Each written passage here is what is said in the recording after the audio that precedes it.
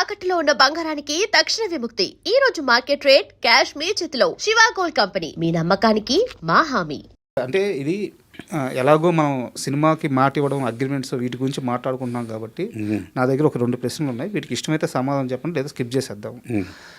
ఇది ఇలా సినిమా మీకు ఒక ప్రొడ్యూసర్, ఒక ప్రొడక్షన్ హౌస్ వచ్చి మిమ్మల్ని సినిమా అడిగినప్పుడు అడ్వాన్స్ తీసుకోరు.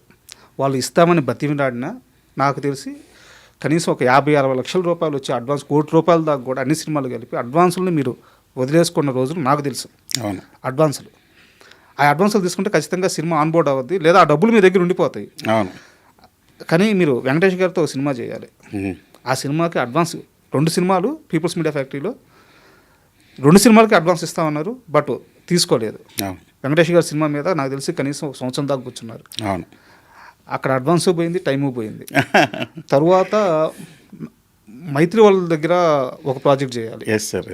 సో ఇలా అంటే మరీ మంచితనానికి పోయి త్రినాథరావు డబ్బులు కోల్పోతున్నాడు, టైం కోల్పోతున్నాడు, ఇండస్ట్రీలో ఉన్న ఒక టాక్. ఒప్పుకుంటారు, ఒప్పుకోరా? ఒప్పుకుంటున్నా అండి, 100% ఒప్పుకుంటున్నా. ఎందుకంటే ఫస్ట్ నుంచి అడ్వాన్సులు తీసుకొని ఊరికనే ఏవో ల్యాండ్స్ మీద ఇన్వెస్ట్ చేసేద్దాం, లేకపోతే ఇంకో దగ్గర ఇన్వెస్ట్ చేసేద్దాం, అప్పుడు ఎప్పుడు వాళ్ళు అడిగేటప్పుడు ల్యాండ్ వాల్యూ పెరిగిపోద్ది కదా, అప్పుడు వాళ్ళు డబ్బులు వాళ్ళకి ఇచ్చేద్దాం, ఇలాంటి మైండ్ సెట్ నాకు లేదు. నాకు ఎంతసేపు సినిమా అంతే, వేరేది నాకు తెలియదు. ఏంటి నేను క్వశ్చన్ చెప్పిన, మా నాయుడు గారు రియల్ ఎస్టేట్లో కింగ్. నేను ఇప్పుడు ఆయన ఫోన్ చేసి నేను ఇండస్ట్రీ వదిలేద్దాం అనుకుంటున్నాను, ఏదో నేను వచ్చేద్దాం అనుకుంటానంటే ఇమ్మీడియట్గా వే చూపించేస్తాడు. కానీ నేను ఏ రోజు అది నాకు ఇంట్రెస్ట్ లేదు అసలు. నాకు ఆ వ్యాపారాలు ఇవన్నీ అసలు తెలియదు. ఇంకోటి ఏంటంటే నాకు పెద్ద ఆశలు లేవు సార్. ఫస్ట్ థింగ్ ఏంటంటే ఆశలు లేవు. ఎప్పుడు సినిమా తీసే ప్రతి సినిమా చాలా కాన్సన్ట్రేటెడ్గా చేయాలి, దాన్ని ఎట్టి పరిస్థితుల్లో సక్సెస్ రేంజ్కి తీసుకెళ్ళాలి, ఇదే తప్ప వేరే ఏముండవు, నాకేముండవు.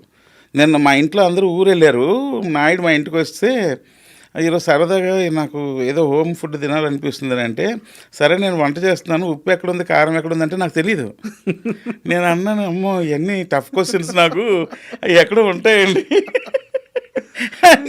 సరే నేను ఎత్తుక్కుంటాను, ఆయన ఎత్తుక్కొని చక్కగా కర్రీ వండారు, చికెన్ కర్రీ ఏదో బాగా.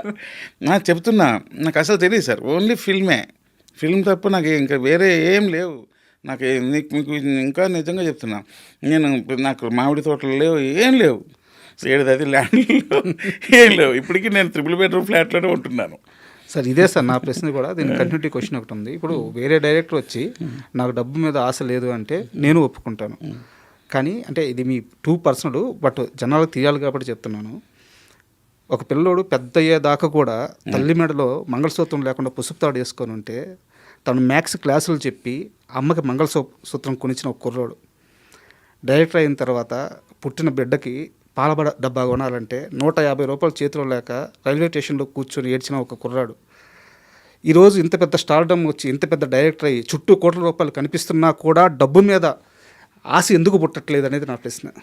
అంటే డబ్బు లేక స్ట్రగుల్ అయిన మీరు ఏదైతే నాకు ఇప్పటికీ అది తలుచుకుంటే ఏడిపోతుంటుంది సార్. ఆ సిచ్యువేషన్స్ కరెక్టే, కానీ ఒక స్టేజ్కి రాబోసరికి మనం హాయిగా బ్రతకడానికి కావాల్సిన డబ్బు ఉంటే చాలు అనిపించిందండి. ఎందుకంటే డబ్బు ఎక్కువ అవుతున్న కొద్ది శత్రువులు పెరిగిపోతున్నారండి సార్. చాలా శత్రువులు భయంకరంగా పెరిగిపోతున్నారు. ఫోకస్ అంతా చుట్టుపక్కల ఉన్న మనుషులు మంచోళ్ళ చెడ్డోళ్ళ, వీళ్ళు నాకు హాని చేస్తున్నారా మంచి చేస్తున్నారా, ఈ ఆలోచనల మీదకి వెళ్ళిపోతుంది. అసలు ఏంది ఇది, నేను నా డైవర్షన్ అయిపోతుంది నా మైండ్.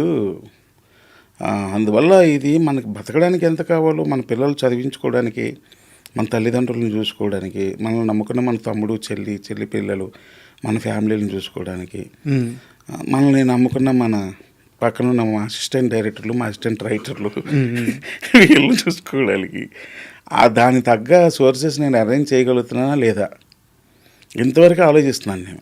అప్పుడు ఏమవుతుందంటే డబ్బు మీద ఎవరు నాకు ఈ శత్రువులు అవుతున్నారు, ఎక్కడ వెన్నుపోటు పొడుస్తారు, ఎక్కడ నా మీద వీటి మీద ఫోకస్ పోయి కంప్లీట్ ఫిల్మ్ మీద ఉంటున్నాను. అందుకని చెప్పి ఇప్పుడు మీరు అన్నట్టు అడ్వాన్స్ అమ్మో వీళ్ళు అడ్వాన్స్ తీసుకున్నాను, ఇప్పుడు వీళ్ళు ఏం చేస్తారో, ఇప్పుడు వీళ్ళు ఏమైనా ఇప్పుడు వీళ్ళు చేయకపోతే ఏమవుద్దో, లేకపోతే ఇంకొకటి ఇది లేదు. ఇంక నాకు నేను ఇవన్నీ పోయాయి. ఇంకా 2 బాధ్యతలు ఉన్నాయి మీరు అన్నట్టు. మైత్రి మీడియాది ఉంది. కానీ నవీన్ గారు ఒకటే మాట అన్నారు, ఆ రోజు అడ్వాన్స్ తీసుకోకుండా వెనక్కి వెళ్ళిపోతుంటే, కాదు త్రినాథ్ నేను మీకు అడ్వాన్స్ ఇవ్వలేదు సార్, నువ్వు మర్చిపో, నేను ఇవ్వట్లేదు, నేను మర్చిపోతున్నా అని ఇంత స్ట్రాంగ్గా చెప్తే కొంచెం అమౌంట్ తీసుకున్నా. ఇది చాలు సార్ అని అంతే. కానీ మాట అంటే మాటే, అంతే చేస్తా కంపల్సరీ. అంటే ఏంటంటే సార్ ఇక్కడ పెద్దది వెళ్ళబోతురికి ఏమైందంటే హీరో డేట్లు, హీరో కథ ఓకే అవ్వాలి, మళ్ళీ ఆ బ్యానర్కి ఆ హీరోకి సెట్ అవ్వాలి, ఇవన్నీ సోకాల్ ప్రాబ్లమ్స్ ఉన్నాయి సార్. ఇవన్నీ మనం తీసుకునే అడ్వాన్స్ వల్ల బ్రేక్ అయిపోతున్నాయి. అర్థమైందా కదా? అదే అడ్వాన్స్ లేదనుకోండి మనకి హీరో వాళ్ళిద్దరూ ఉంటుంది. లేదంటే ఈ సెట్టింగ్లకే భయం వాడాల్సి వస్తుంది. ఏంటి ఎవరిని సెట్ చేయాలి, ఎలా సెట్ చేయాలి, ఇవన్నీ.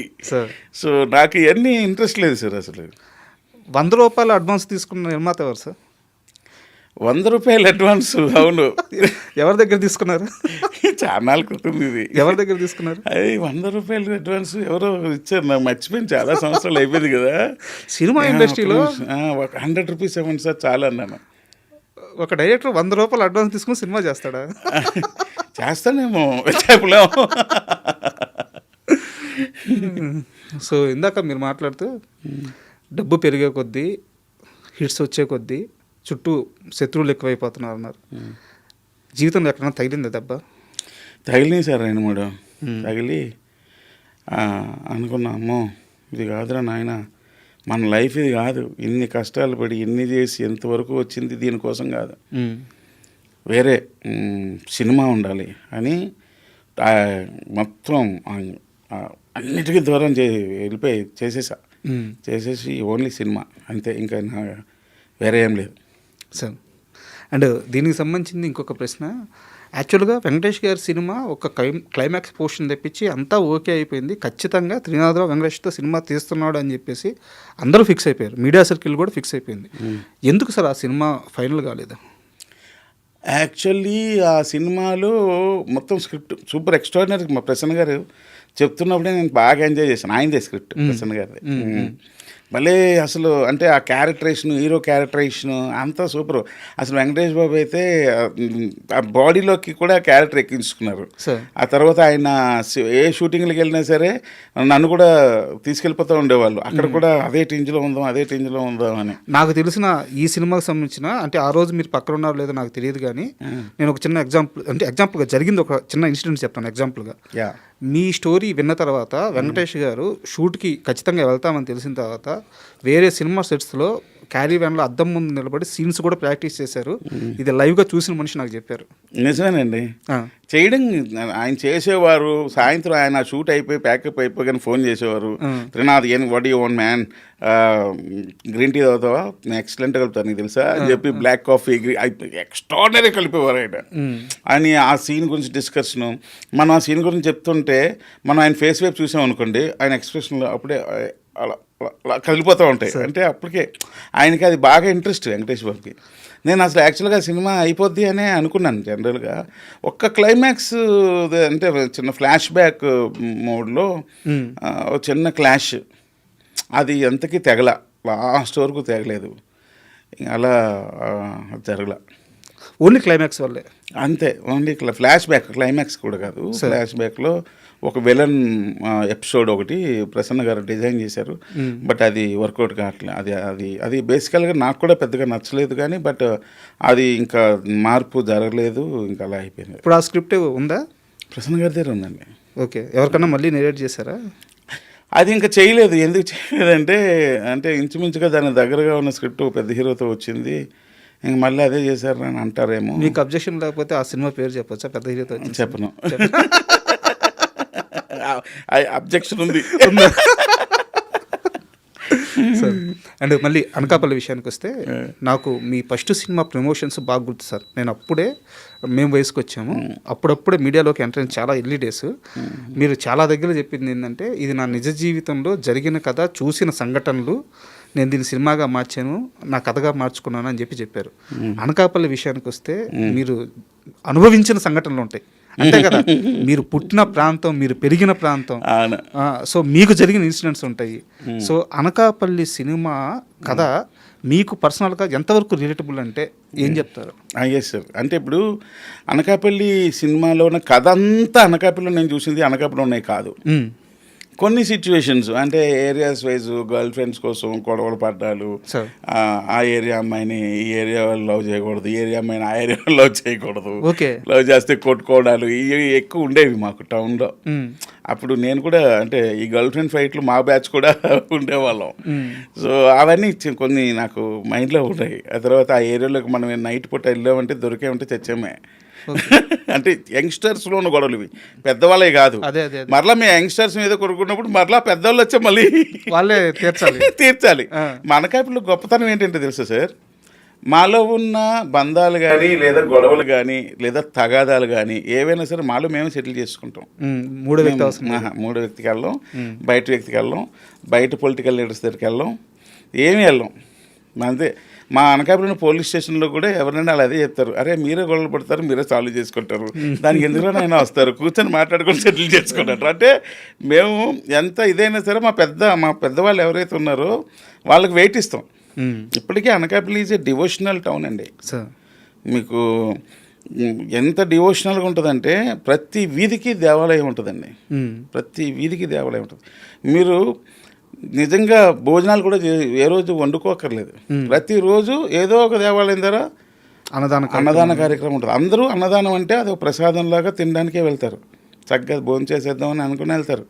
అంటే అక్కడ ఎప్పుడు కలకల్లాడుతూ ఉంటుంది, ఎప్పుడు ఆ దేవుడు, అమ్మవారి పాటలు, ఈ పాటలు. మీ ట్రైలర్లో కూడా డివోషనల్ టచ్ కనిపిస్తుంది ఎప్పుడు. ఆ జాతర ఎపిసోడ్స్ ట్రైలర్లో ఫస్ట్ షార్ట్స్ పడుతుంది, అదంతా కూడా ఆ డివోషనల్ టచ్ కనిపిస్తుంది. అవునండి, చాలా బాగుంటుంది. నాకు అందుకే అనకాపల్లి అంటే ఎందుకు ఇష్టం అంటే హాయిగా ఉంటారు, చక్కగా హాయిగా ఉంటారు. వాళ్ళు పూజలు చేసుకుంటారు, వాళ్ళ పనులు చేసుకుంటారు, వాళ్ళకి వేరే ఇంకేం పని ఉండదు, చక్కగా ప్రశాంతమైన జీవితం గడుపుతారు. ఏ పండుగలు పబ్బాలు వచ్చినా అందరూ కలుస్తారు, మాట్లాడుకుంటారు, అమ్మ, చిన్నమ్మ, పెద్దమ్మ ఇలాగా బంధాలు కలిపేసుకుంటారు. ఇంకా అంతకంటే హాయి లైఫ్ ఇంకోటి ఉండదు.